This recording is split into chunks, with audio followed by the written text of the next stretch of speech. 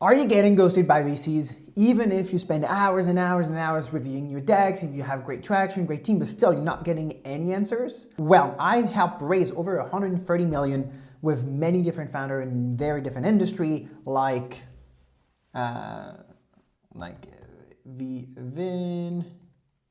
Vivinci.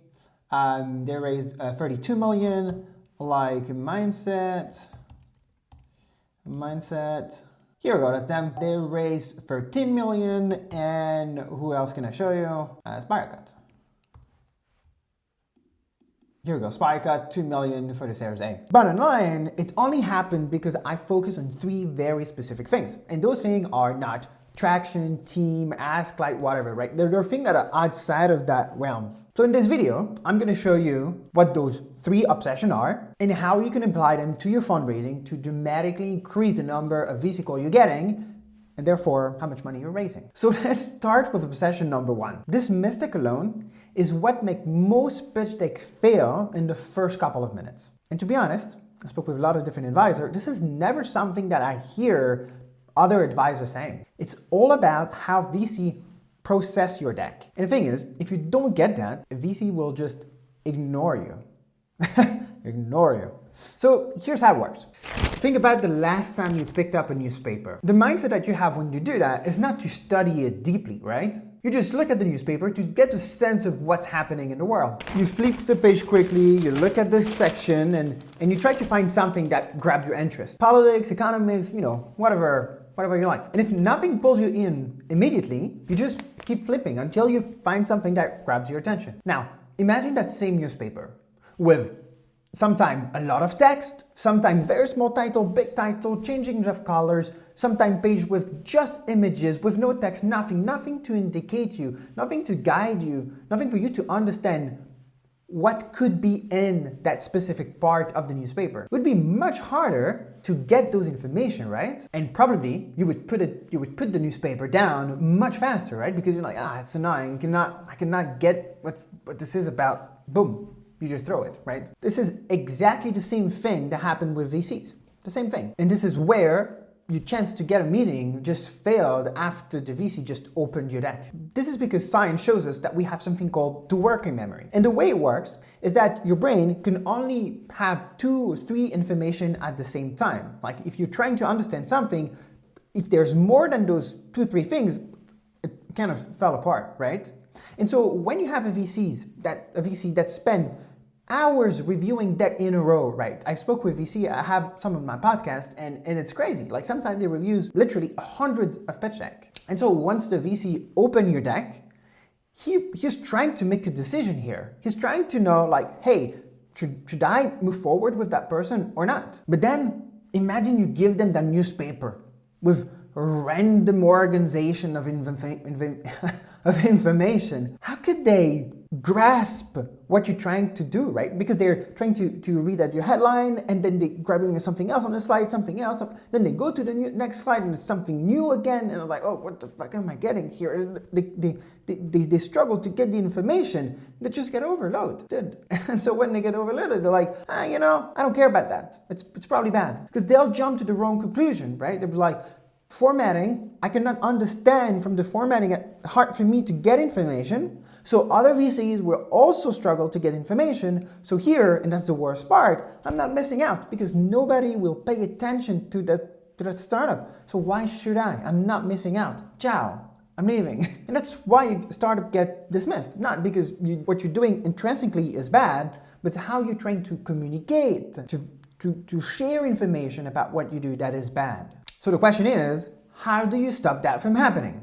How do you actually get VCs to start caring about what you do? So back in 2023, when I started to make pitch deck professionally, I wanted to understand what makes a startup fundraise or not, right?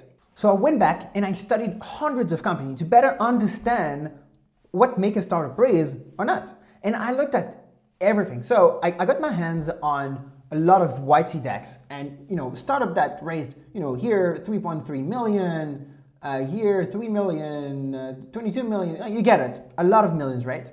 And what I did is that I tried to understand what works, what doesn't work. Different industry, different stage, but the reality is that they all use the same trick. All of them. That one simple thing that makes your deck just much more understandable, and that gets VC to pay attention and to have the first step of like, yeah, I'm gonna look at that deck. And the key here is the structure, the slide structure. That's it. And I believe that this is the one piece that really helped me early on to build my portfolio and to help founder fundraise, is by respecting that specific structure. So let me show you what is that structure and how does it work.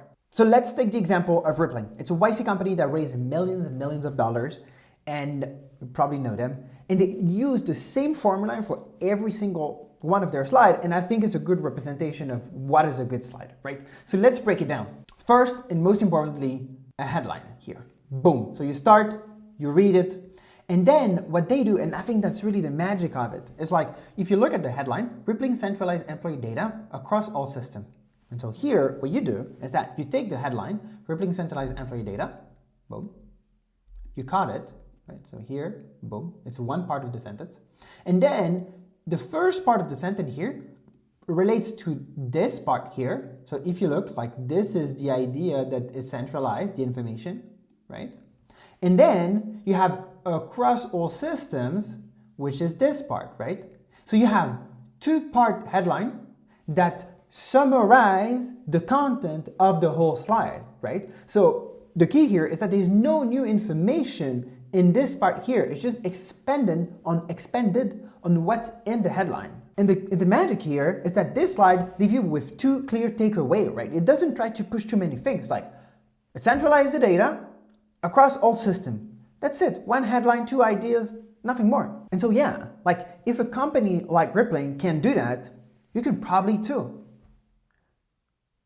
And I'm sure that now you see that, you're like, yeah, like someone looking at that slide, kind of hard not to understand what's happening here. Like it's so simple, right? But why does that structure work so well? And this is the magic part. Well, not really magic, just science. And it goes back to what I said before with your working memory, right? It's like your brain can only capture 2 or 3 information at the same time. So when you have this, it just connects, right? And the other thing is that it follows something called the F patterns. And what's the F pattern? Is like, if you're a human, when you look at a document, it's proven that people start to read the headline, right? And that's a mistake I see so many times. It's like, people will put, very important information in another part of the headline. I'm like, hey, nobody will read that, right? And so if it's an important information, you'll just get obliterated because nobody will read information. And if you put something that you expected someone to read, well, that thing won't be read. Whereas when someone look here, you look at the headline, like, oh, okay, I got it.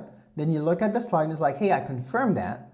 And this is where the working memory comes back. It's like when you understand something, it goes in another place in your brain. It's not in your brain anymore, right? It goes in your deep memory, right? And so your part of the brain that's trying to figure shit out, if the shit is explained clearly, it's get freed up. Like, hey, I have new space in my brain to try to understand things because I already understood the previous one, right?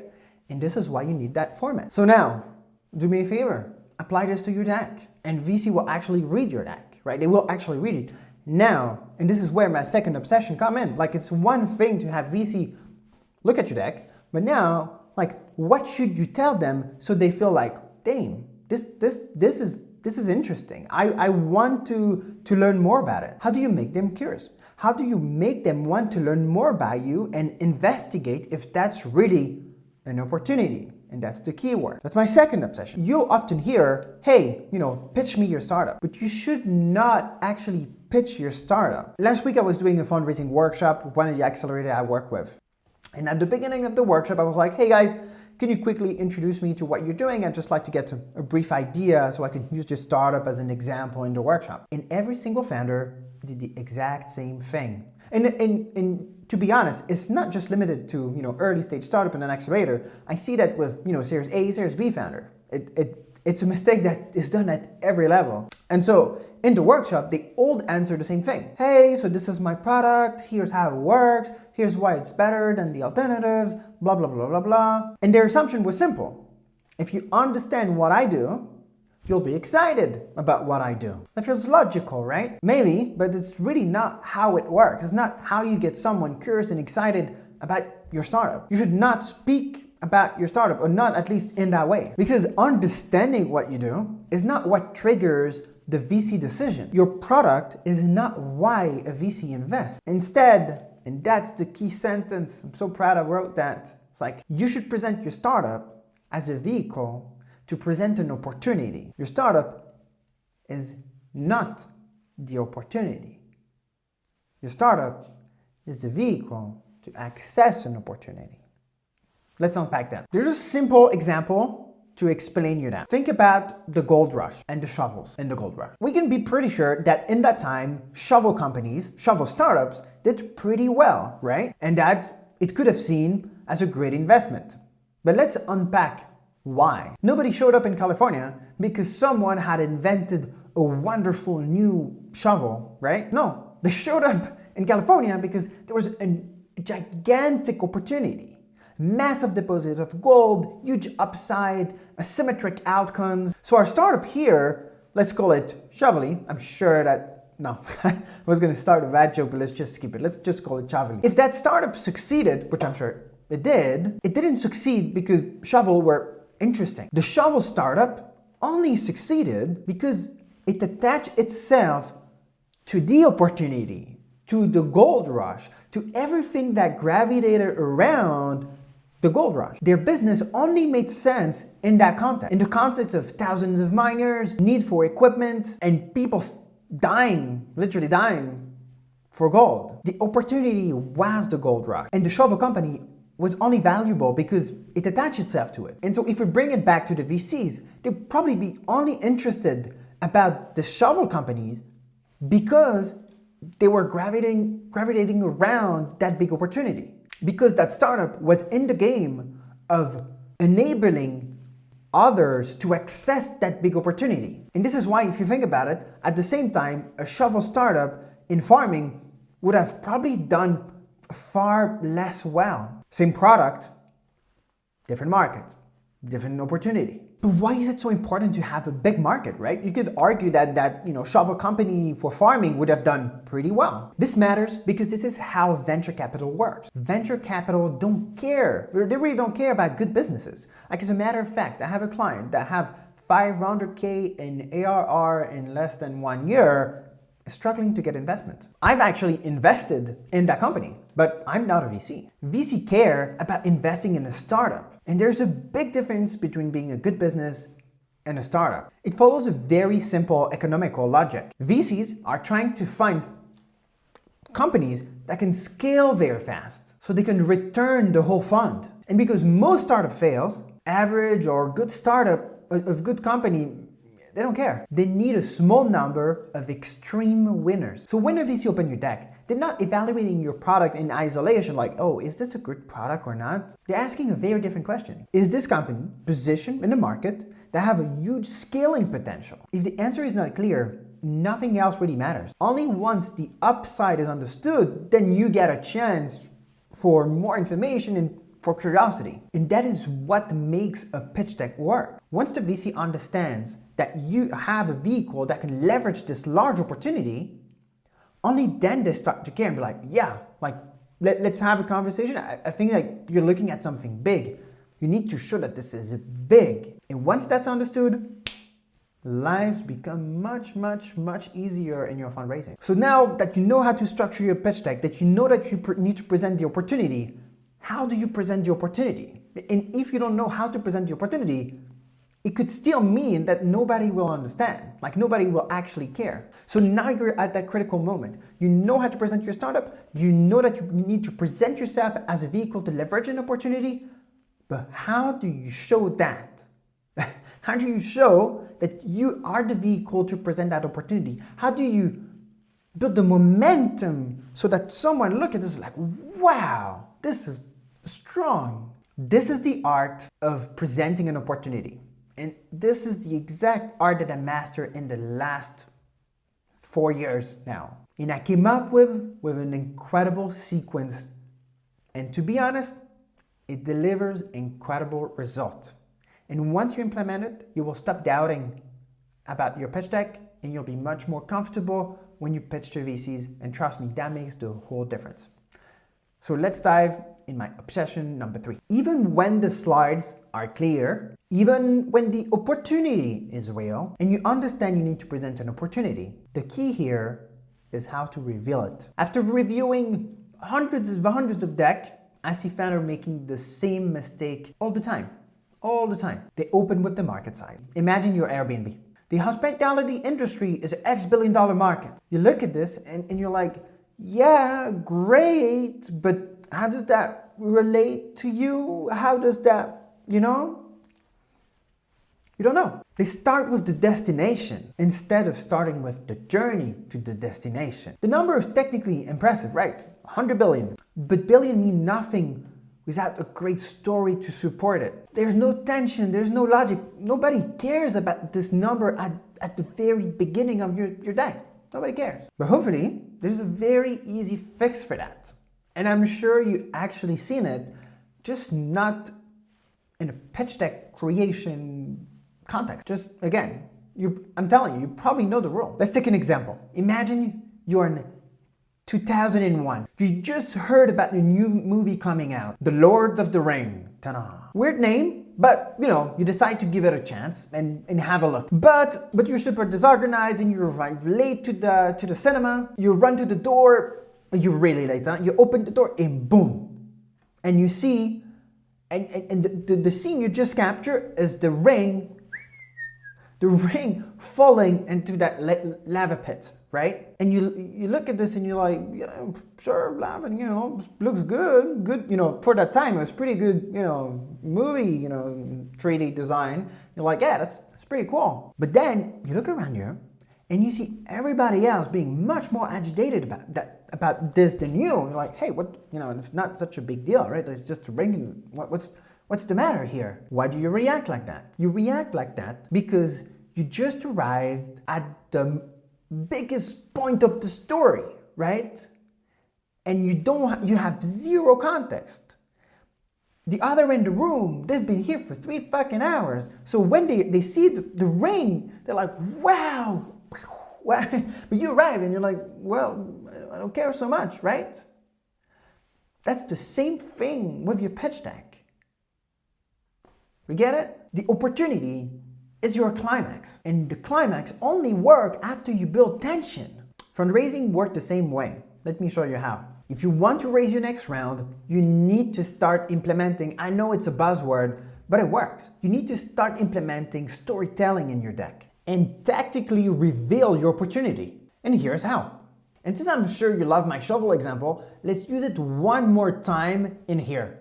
Just like the Lord of the Rings, like you don't start with the ring falling in the lava pit, right? The movie starts by giving you some context. You see the Shire, you see the happy people, and you get an idea of the world before anything goes wrong. And when you pitch your startup, you have to think in the same terms. You start by showing the current world. So in our shovel example, millions of gold diggers are going to California to exploit this huge opportunity. Boom, that's the world that we live in. That's concrete, right? You can visualize it. And this is important. And that's where we are today, right? You set the context. Then the problem appears. In The Lord of the Rings, we discover about the ring, his power, and how dangerous it is, right? And very importantly, I rewatched the movie recently for that reason. They explain you what is going to be the impact if nothing is done about the ring, right? The evil, I'm forgetting his name, but he's going to conquer the world and the world's going to be terrible and blah, blah, blah, right? Like they set that frame, right? If nothing happens, this will happen. If there's no solution, this will happen. And they make it very dramatic. In our startup shovel, we have to do the same thing here, using the same structure. We have to introduce the problem, so the ring, boom. And here in our example, like the equipment is bad and, etc. Like the conditions are bad and that's what we say. They break, etc. And then we need to show the impact if nothing is done, if there's no solution. In our case, And if you're doing a B2B company, this is always the same thing. There's a loss of time and money. That's it. And then the guide shows up. In The Lord of the Rings, that's Gandalf. Gandalf the Grey, I think, at the beginning at least. He showed the path forward. And here, very importantly, Gandalf is not the hero, right? He enables the hero to be the hero, to achieve what he wants to achieve. And in your startup, it's the same thing. You're not the hero, you're the guide. You're helping your hero, your ICP, ideal customer profile, to achieve what he wants to achieve. And then you explain how do you help the person. And that's your ICP, and that's your product. And once you've done that, this is only when the opportunity actually materializes. Your ICP live in a world, and boom, they have a problem that is a big problem, a painful problem, and you appear and solve exactly what they need. And in this case, obviously, they want to pay for it because you solve exactly what they need. And if you have a lot of ICP times how much you charge, that's your big market and that's your big opportunity. Not because you claim a big number, but because you showed and explained and led the reader, the VC, to understand why that big number is so big and why it's impressive to have such a number. So don't start with the opportunity, build towards it. You give the context, you show the problem, and you show how you solve it. And importantly, you show how big is the problem. And when a solution exists for a massive problem, the opportunity obviously is pretty big. That's what fundraising storytelling is all about. Now you know the structure, you know that an opportunity is the most important thing to present, and you know how to get there. And now there's the most important thing, is how do you actually convince a VC that your team, have everything that is needed to actually make this a reality. And this is exactly what I'm going to break down in my next video. So if you want to maximize your chance to fundraise faster, subscribe to see the next video. And if you have any question, just drop them in the comment and I'll make a personalized answer. That's it. Ciao, ciao.